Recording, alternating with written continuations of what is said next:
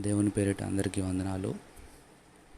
మరి ఈరోజు వాక్య ధ్యానముగా యోహాను సువార్త 6వ అధ్యాయము 45వ వచనం నుంచి చివరి వరకు మనం చూసుకుంటే, ఇక్కడ 70వ వచనంలో యేసు వారితో, నేను మీ 12 మందిని ఎంపిక చేసుకున్నాను కదా, అయినా మీలో ఒకడు సాతాను. యాక్చువల్లీ ఇక్కడ దేవుడు తన శిష్యులు, చాలామంది శిష్యులు ఉన్నారు. వాళ్ళందరూ తనని ఫాలో అవుతూ వాక్యం వినటాని కోసం అని చెప్పేసి ఫాలో అవుతూ ఉంటారు. కొంతమంది ఏమో వాళ్ళల్లో ఆహారం కోసం ఏదో ఒక తినిపిస్తాడు దేవుడు అని చెప్పేసి ఆహారం కోసం వచ్చేవాళ్ళు ఉంటారు. అయితే 26వ వచనం చూసుకుంటే, మనం 26వ వచనంలో కూడా మనం చూడొచ్చు. యేసుప్రభు డైరెక్ట్గా చెప్తాడు, మీరు చూసినందువల్ల కాదు, కానీ రొట్టెలు కడుపు నిండా తిని తృప్తి పొందుట వల్లనే నన్ను వెతుకుతున్నారని. అంటే యేసుప్రభు వాళ్ళ హృదయాలు గురించి యేసుప్రభుకు తెలుసు. ఈవెన్ 15th వర్స్ చూసుకున్నా కానీ, 15వ వచనం, అక్కడ యేసుప్రభుని వారు తనను పట్టుకొని బలవంతముగా రాజుగా చేయడానికి సిద్ధపడుతున్నారని యేసుకు అర్థమై తిరిగి ఒంటరిగా కొండపైకి వెళ్ళిపోయాడు. యేసుప్రభుకి అర్థమైంది, తెలిసిపోయింది. అంటే యేసుప్రభుకి హృదయాలు తెలిసిపోతున్నాయి, మనుషుల యొక్క హృదయం ఏంటనేది. 61లో కూడా వాళ్ళు సనుక్కుంటే యేసుప్రభుకి తెలిసిపోద్ది.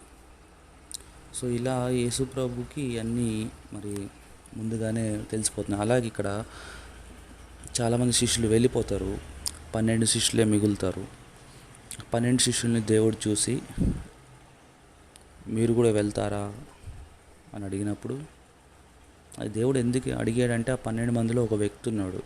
ఆ వ్యక్తి మనస్సు మారలేదని యేసుప్రభుకి అర్థమవుతుంది. ఎందుకంటే ఆ వ్యక్తి యొక్క పనులన్నీ దేవుడు చూసే ఉంటాడు. అలాగే యేసుప్రభు ఈ ఆశ్చర్య కార్యాలు, హీలింగ్ అయినా కానీ, అంటే స్వస్థపరిచే కార్యాలైనా కానీ, లేకపోతే ఇలాంటి ముందుగానే గ్రహించే కార్యాలు కానీ, ఇవన్నీ యేసుప్రభు ఆత్మ పొందక ముందు చేయలేదు. ఆత్మ పొందిన తర్వాతే ఆత్మశక్తి ద్వారా చేస్తున్నాడు.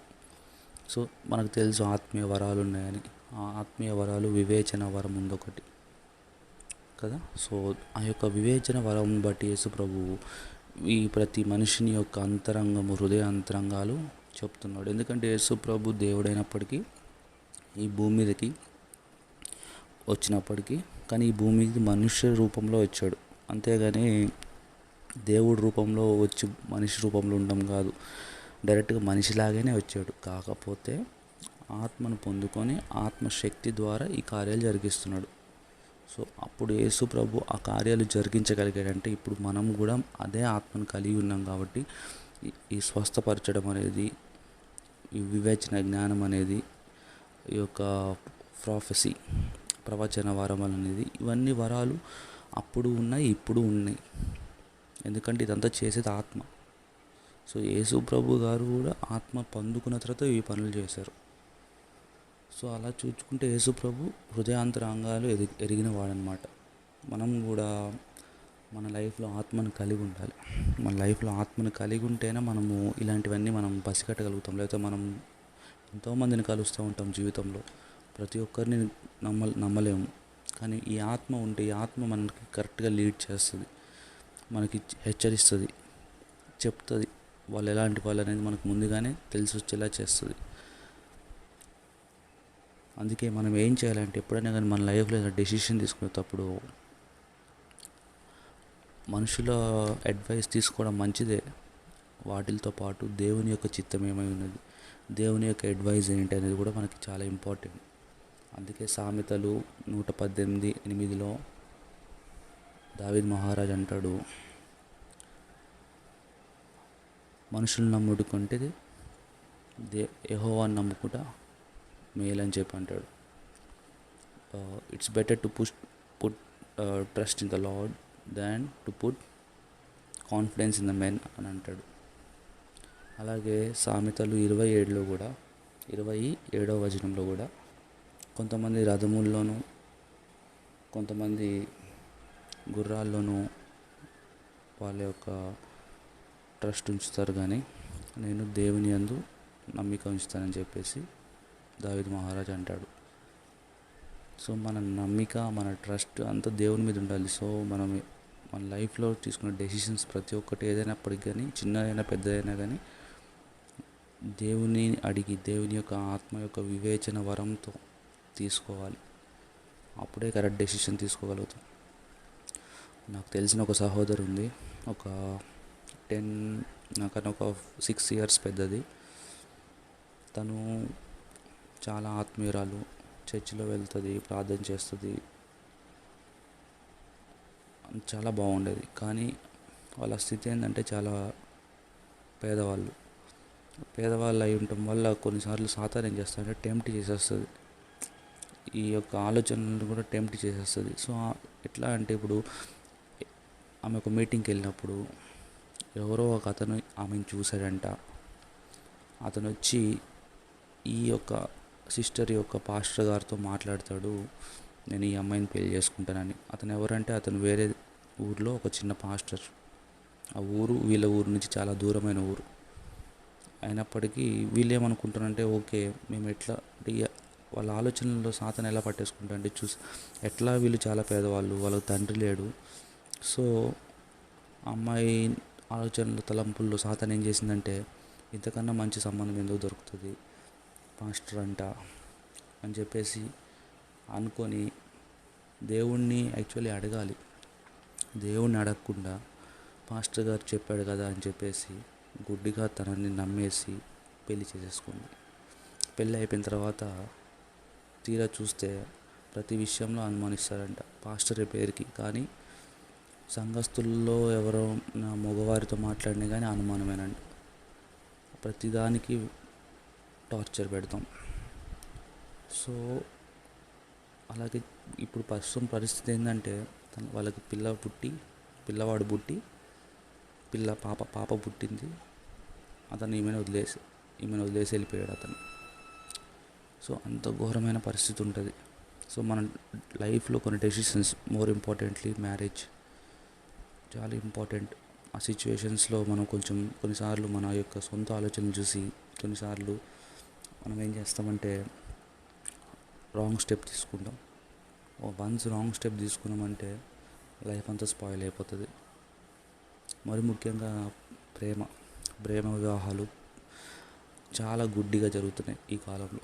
ఒకప్పుడు ప్రేమ వివాహాలు ఎలా ఉంటాయంటే లవ్ చేసుకుంటారు, లవ్ అంటే ఇష్టపడతారు, ఇంట్లో చెప్తారు, వాళ్ళకి ఇష్టమైతే పెళ్లి చేసుకుంటారు.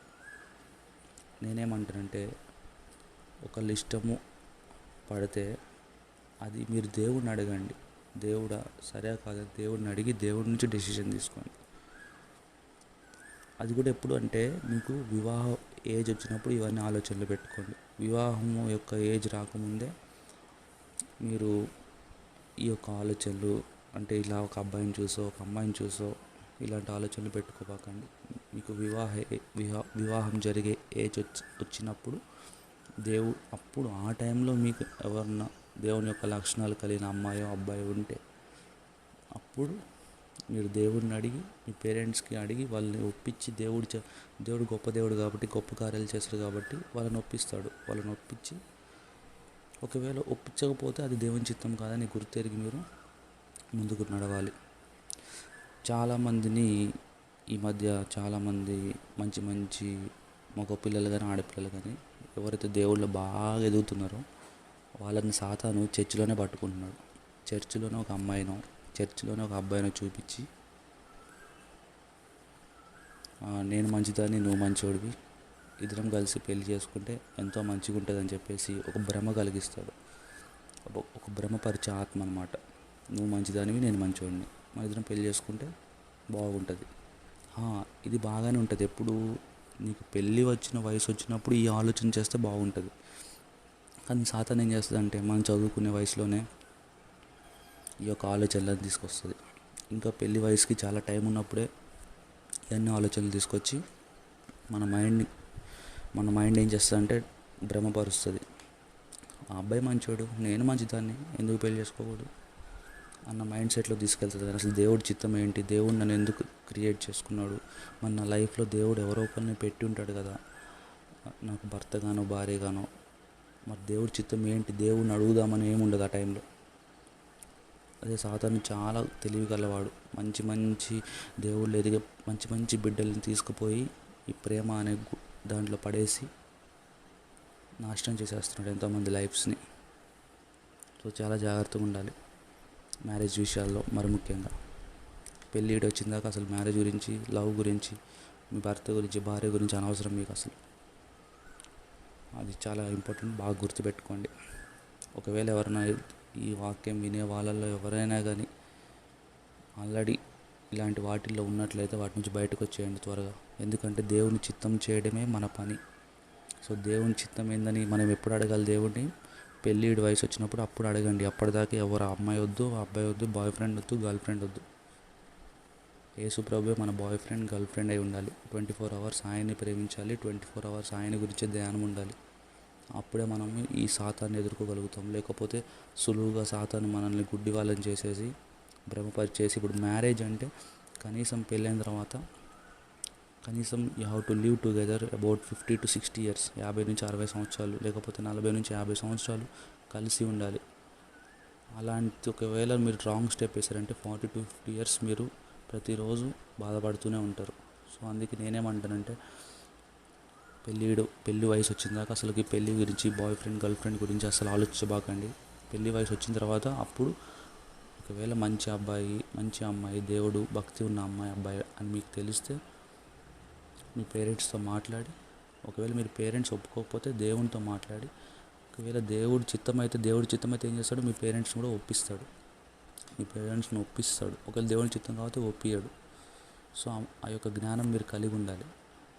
కొంతమంది ఏం చేస్తారంటే ఒకవేళ పేరెంట్స్ ఒప్పుకోకపోతే ఏం చేస్తారంటే అట్లయితే ఓకే నేను పెళ్లి చేసుకోకుండా ఇట్లా ఉండిపోతానని ఒక బెదిరింపిస్తారు పేరెంట్స్కి. అలా ఇవ్వకూడదు. దేవుణ్ణి నిజంగా నమ్మిన వాళ్ళమైతే అలా మన పేరెంట్స్ని బెదిరించి పెళ్లి చేసుకోకూడదు.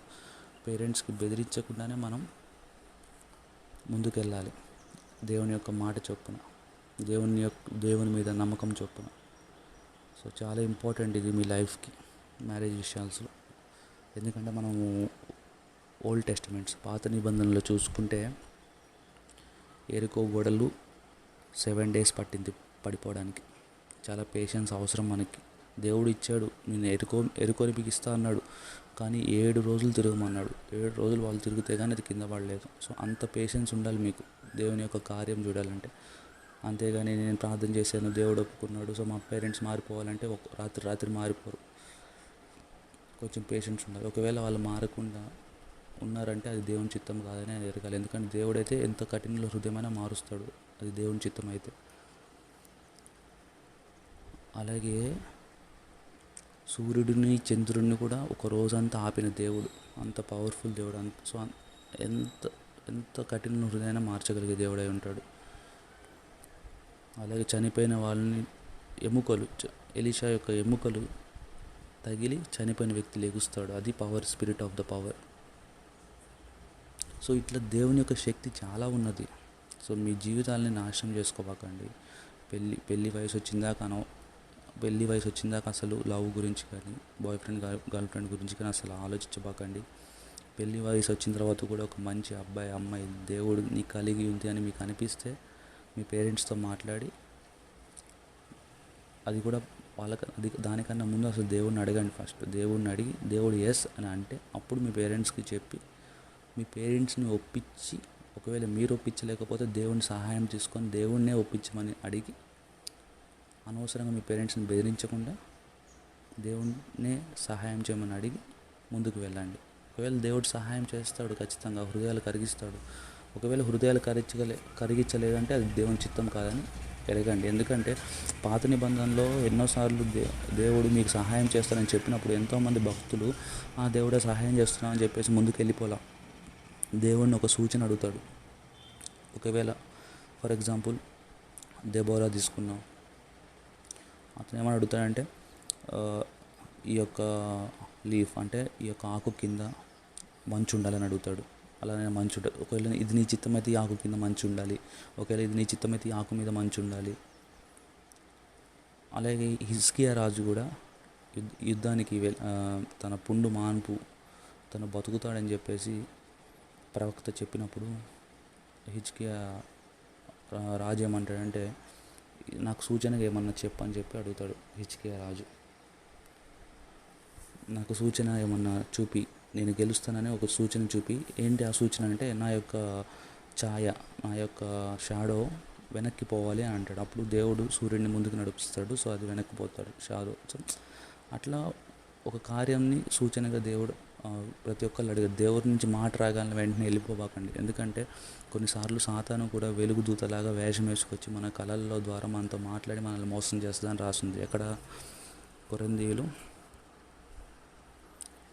2 కొరింథీయులు 11:14-15 చూసుకుంటే, ఇది ఆశ్చర్యము కాదా, సాతానే తాను వెలుగుదూతగా వేషం ధరించుకొని ఉన్నాడు, వాడి పరిచారకులు కూడా అలానే వేషం ధరించుకొని ఉంటారంట. సో జాగ్రత్తగా ఉండండి. ఏదో మాట్లాడే దేవుడు అని చెప్పేసి వెంటనే ఒకవేళ దేవుడు నిజంగా ఆ అమ్మాయో అబ్బాయో మీ కొరకు చేసి మీ కొరకే అని చెప్పి దేవుడు చెప్పినట్లయితే, అంటే మ్యారేజ్ ఓకే అని దేవుడు ఒకవేళ ఒప్పుకుంటే దాన్ని పరీక్షించండి. అది పరీక్షించాలంటే మీ పేరెంట్స్ యొక్క హృదయాలు కరిగినాయి అనుకో, అది దేవుని నుంచి వచ్చింది. ఒకవేళ మీ పేరెంట్స్ హృదయాలు కరగట్లేదంటే అది దేవుని చిత్తం కాదని గుర్తెరగండి. Praise the lord.